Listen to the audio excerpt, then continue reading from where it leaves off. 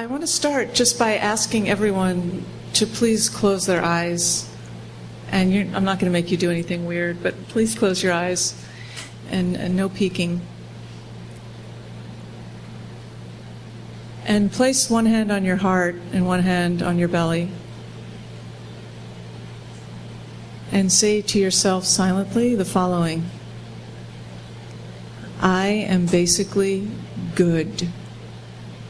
And that doesn't mean sort of good. It means the basic substance from which I am composed is goodness. I am basically good.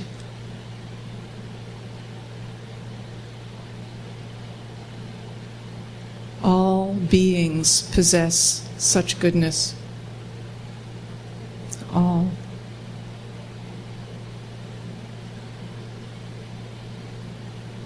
Knowing this, my heart opens.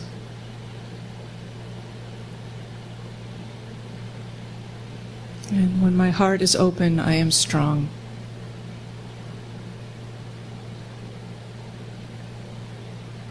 And you can let go and open your eyes. Thank you. And I just want to start by asking you to notice how does it feel to say those things to yourself. I am basically good. All beings possess such goodness. Knowing this, my heart opens. When my heart is open, I am strong. I made that up, by the way, so like the Buddha didn't say that or anything.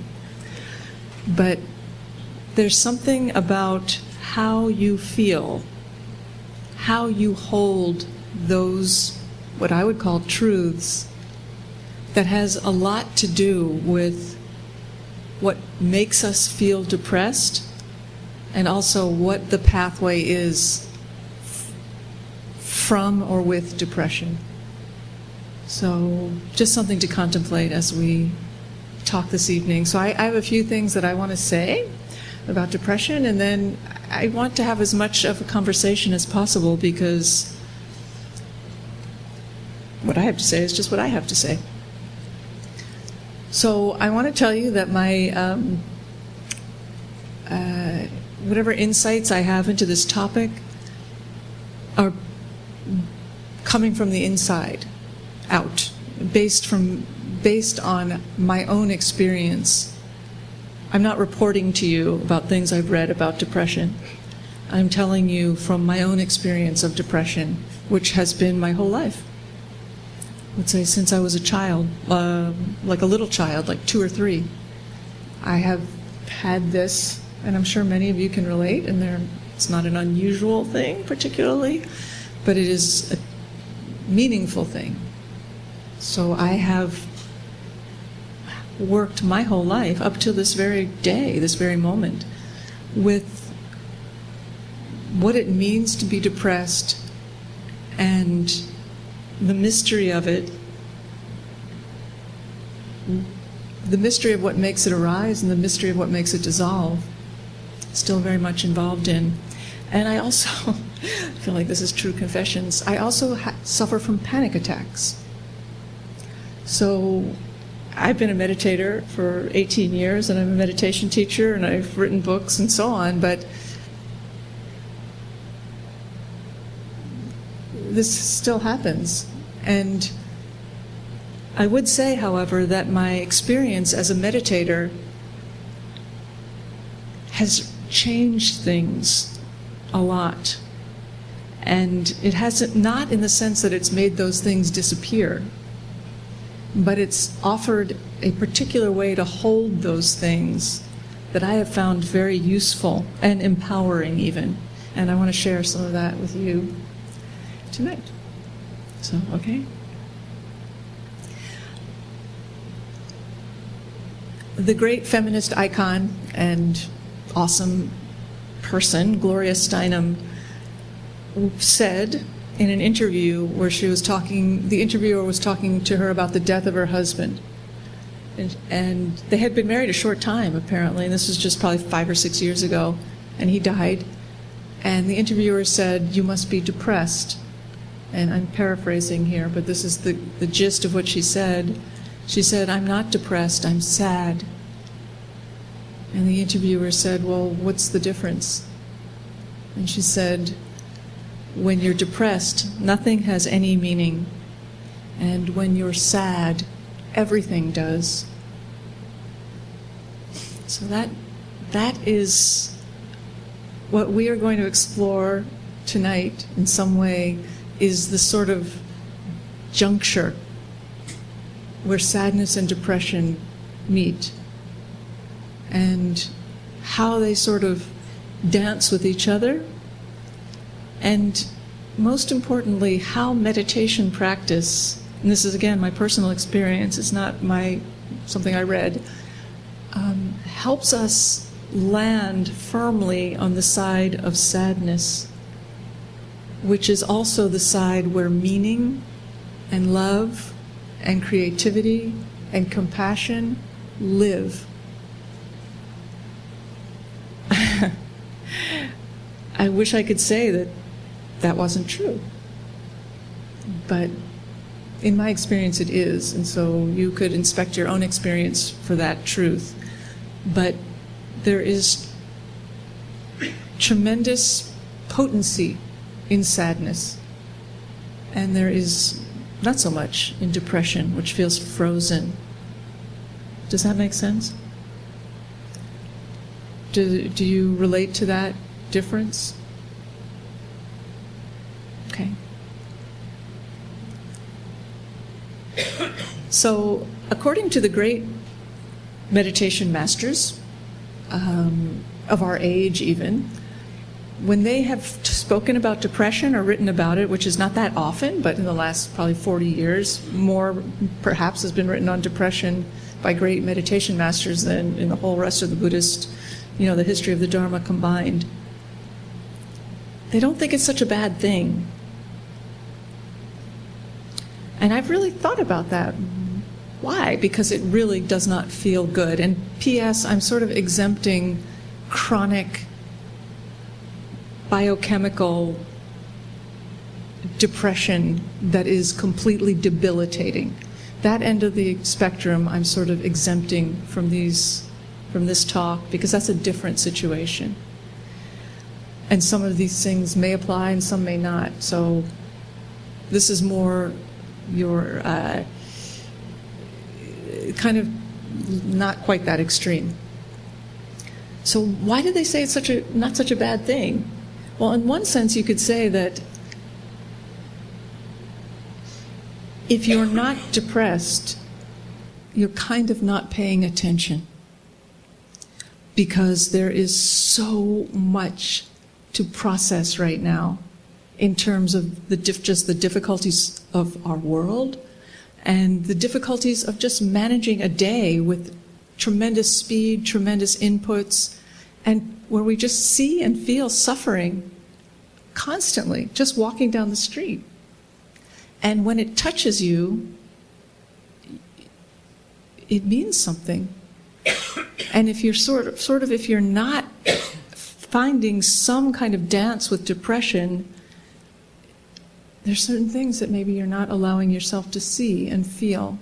So one thing they say is it's kind of a sign of intelligence. I agree with that. Also, because we are moving so fast, because the world demands it of us, and also now because we're just used to it, and when things start to slow down, we actually become anxious. Like you leave the house without your phone and you have to wait in line and you don't have anything to check, you could get anxious. Because we're used to constant inputs, constant entertainment, constant occupation. Depression makes you sort of slow down. You don't have a choice. Everything slows down. And I know it doesn't feel good, but you have a chance to observe certain things more carefully within yourself and in the world around you. So it is suggested that there are 5 things that we can apply in relating with our depressions, and they all relate to the practice of meditation. So the first quality that is called for and that arises from meditation practice is called courage. And here, courage doesn't necessarily mean you're going to triumph over your maladies and win the fight with depression. It sort of means the opposite. It means you are going to look at it. You're going to allow yourself to feel it. Courage here is more synonymous with a kind of softening than it is with a kind of boldness. And it actually is, however, very bold and very daring to look at your actual experiences that are difficult. Because the great majority of advice and the things that we mostly try to do with depression is ways to solve it, get away from it, make it go away, deny its existence, put it in a box. But here the advice is, don't do that. Don't do that. Sit down in your darkness. Allow it to arise within you and feel it. It's like going into a dark cavern and sort of screwing in a light bulb. This courage sort of illuminates the space, not to dispel it, but so that you can see what's happening. This is, to me, the most courageous thing that you can do, is allow what you don't like to be present. Because you could say that our depressions escalate exponentially the more we try to turn away from them. They are almost like, if you could externalize or anthropomorphize your depression, it would be almost like a small child or an angry child who is just sort of saying, look at me, look at me. And when we disavow those parts of ourselves because they are unpleasant to feel, and they are,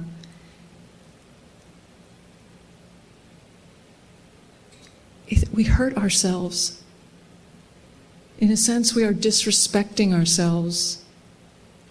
But when you allow what you feel to be present, and this is really interesting because when you allow it to be present with the agenda of now it will go away faster because someone told me if I allow it to be here, that's good, that doesn't count. It's just allowing it so that you can actually feel it. That in itself is empowering. And when we're depressed and struggling with these very dark states, it's incredibly disempowering. But Buddhist wisdom, or the wisdom of meditation practice, doesn't say, move away. It says, expand to accommodate. And when you start to look at your own mind, as we do in meditation practice, and the instruction is not think happy things, or disavow negative things, but instead notice what arises and expand to include it, which simply means notice it. Let your mind go there. And you find that there is no end to the amount that your mind can expand, and there is basically nothing that it cannot accommodate. Even if it's only for a moment, you can completely accommodate what arises within you. And one of the reasons that you can, and I'm telling you this from my personal experience, is because there has never been a feeling in the history of the world, big statement, that has been permanent. So you can afford to be brave. And you can take the seat of sort of power in relation to even your most disempowering inner states by saying hello and feeling it. And feeling it, I would just like to say, is different than telling yourself the story of where it came from. Although that can be very useful in certain contexts, that is not indicated in this particular strategy or method. What's indicated instead is to actually feel. This is a lost art of ancient times, I would say. And the thing that to be fully here, we each in our own way have to find a way to recover the sort of grace of feeling. And what feeling means here is, where is it in your body? Not what made it happen. Does it make your chest feel tight?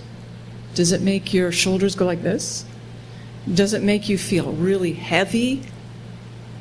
Does it make you feel like insubstantial and light, like a wind could blow you away? Like, what is the texture of this feeling? So in this way, you bring a kind of mind of inquiry and curiosity to this very difficult state that normally makes us just want to shut down and go, anything but you. So can you see why this is so courageous? It's like you're opening the door to it. And Pema Chodron said, the pith instruction of all time, period, in the history of instructions, which was when dealing with difficult emotional inner states, to feel the feeling and drop the story. So if you remember nothing else from, the entire canon of Buddhist knowledge, have it be that. Feel the feeling and drop the story. And this is the source of power. So the first step is courage, which means allowing. And once you allow, you can bring in the second step, which is called awareness. So you've screwed in the light bulb. You said, let's have a look at this. And now you can see what's there. And interestingly, when you start to notice your depression, not just on the meditation cushion, but as you go through your life, even though it feels like a heavy brick of solidity that is just pulling you down, it actually isn't. It is constantly fluctuating. Sometimes it is super heavy and you just can barely get up, and you feel that your will, there's like in depression, there's a kind of, your will has almost no bearing, like I want to do this, or I will myself to go here, or learn about this, or try that. Your will is no longer functioning, which is a really weird and scary feeling. But anyway, when you start to place your awareness on the depression, again on the cushion or off the cushion, you see that it actually is kind of permeable. It kind of, sometimes it's solid and heavy and obliterates everything, and then sometimes it kind of softens and lightens up a little bit, and then it gets heavy again and it lightens up and it disappears altogether, and then it smacks you in the face, and it's actually fluid and almost alive. And it's not a heavy weight rock tied around your neck. Only sometimes. But again, this sort of spirit of inquiry, how does it feel from moment to moment to moment, is possible. The awareness is possible when courage enters the situation. And I would like to tell you that just sitting on the cushion with the intention to meditate, to look at your mind, is already like extreme courage. That would be a good television show. I would watch that show. Extreme courage. It's like daredevil thing to do. So just sitting on the cushion to be who you are is the foundation of all the courage you will ever need. Then you can have some awareness where you start to come into relationship with this thing. So instead of feeling ashamed of it or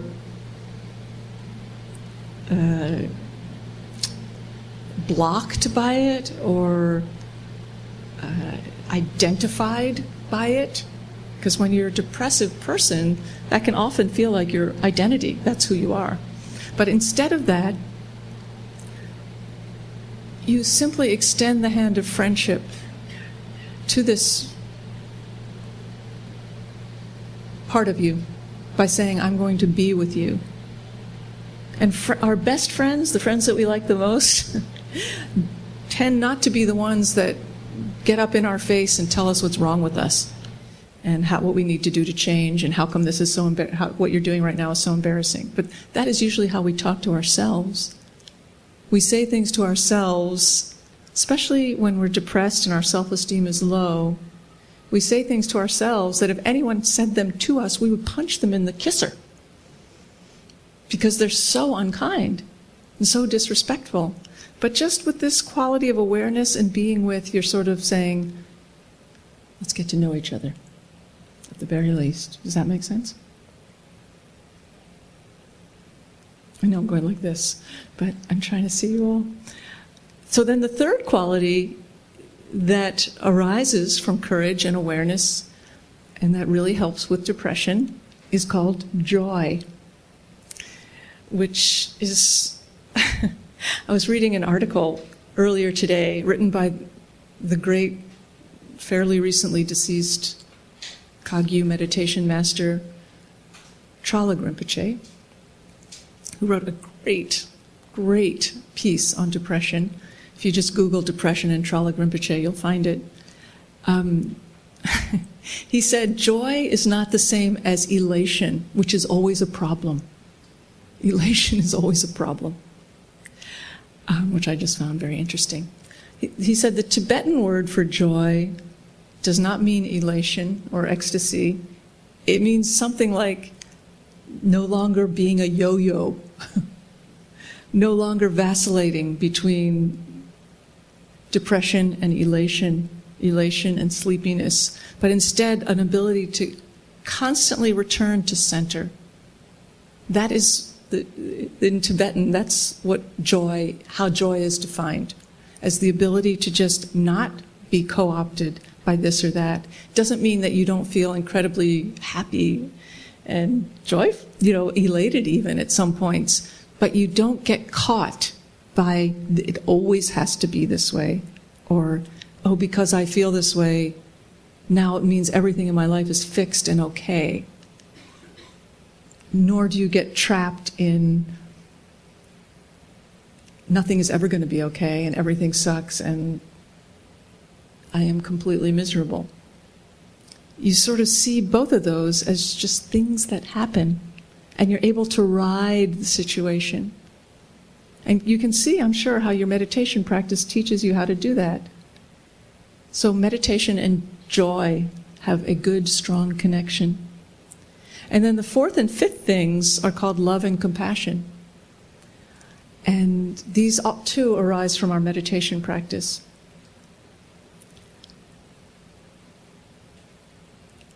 And oddly, they don't feel particularly good at first. So I remember when this wasn't that long ago, but it was maybe 6 or 8 years ago, I had really taken sort of a deeper dive into my meditation practice. I just amped it up because I was like, I'm not getting any younger. I might as well go for this. And I noticed, however, that the more I practiced and the more retreats I went on and the more I tried to be compassionate and cultivated and make commitments and vows and generosity and discipline and patience and all the paramitas, tried to bring them into my life,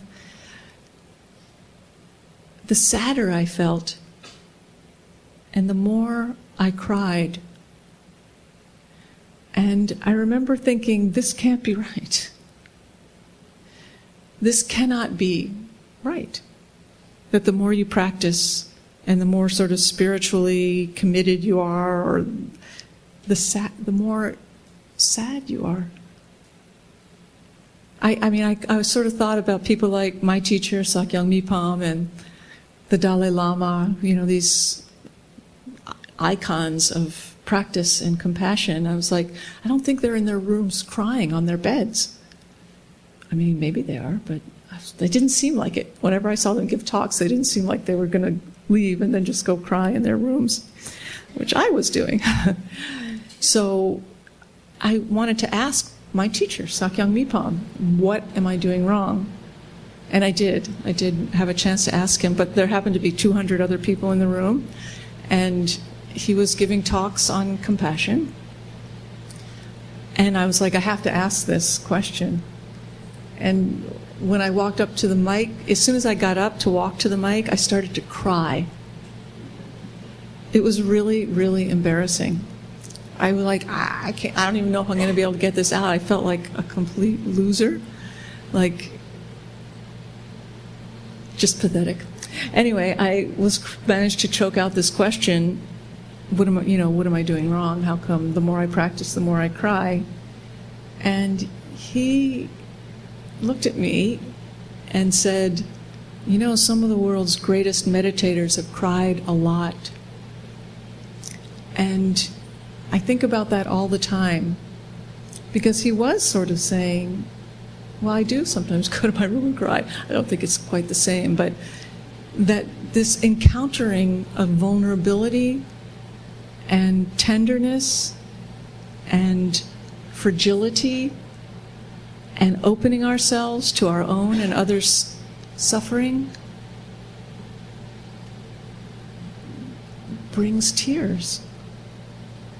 And the difference, I assume, between them and me is that they have opened wider than me, not narrower. They have opened their hearts more, completely, in fact, and then somehow found a way to stabilize in the open state, as opposed to myself, who's opening and closing and opening and closing and, buffeted by basically my last email. If it was good, I feel good, and if it was bad, I feel scared. So they have somehow stabilized in this state of complete openness where everything touches them. So I want to say that to you so that you can know if you struggle with this darkness, with a sense of being pinged constantly by the suffering of this world, and having a sense of, I don't know, I'm one person, what can I possibly do?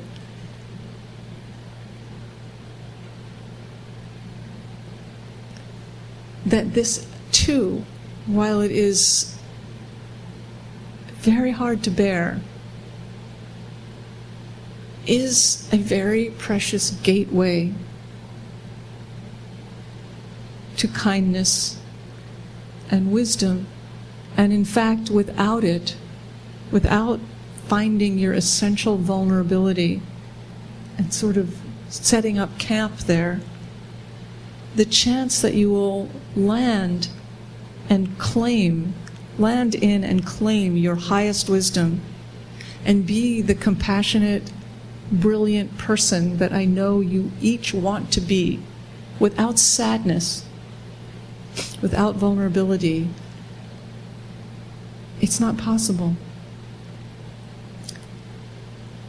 So when you tend to be depressed, I would say you also tend to be open. And when you tend to be open, you tend to be creative, you tend to be generous, you tend to be compassionate, you tend to be loving, and you tend to connect with others, because there's only one opening. And all of these things are predicated on that opening, on you relaxing into that opening.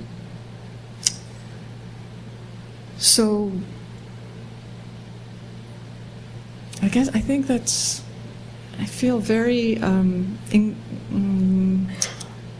hope that anything that I said was useful. But I think I'll stop here and see if you have questions or things that you would like to share about your own experience. I would love to hear them. I'm sure everybody else would too. Hello? Hello. I've relatively new to meditation. I've taken some courses here and everything. I just more of an observation. I've found that since I've started the practice of sitting, that a lot of my irrational sadness, like it might be sunset on Sunday night, and it's just this kind of feeling that comes over of, heaviness. I've found that it's there, but that it's not as permanent feeling. That's great. Yeah. So I think it's really interesting and also lovely that you say the sadness that comes over you, like when you see a sunset. Did you say on Sunday? Yeah, that it's the end of the weekend kind of feeling, and, or whatever, it could be that or any other thing, but there's something about that particular hour that I note in myself that just start to feel a little sad heart. Me too. What is it about Sunday? Afternoon and evening. Yeah, I understand. So I feel like what you said just perfectly illustrates this whole point of the relationship between being touched and sadness, and how something beautiful and also kind of still, because there's a kind of stillness on Sunday afternoon and evening that is different than the rest of the week, opens your heart. So one way to describe it is sad, and I think that's true, but it's also a kind of blossoming. It's not a constriction. So it's something interesting to explore in that sense. And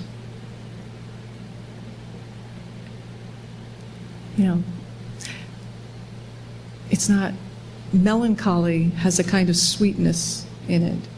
And in what you describe, I hear those flavors. So as your fellow melancholic, there's something good there.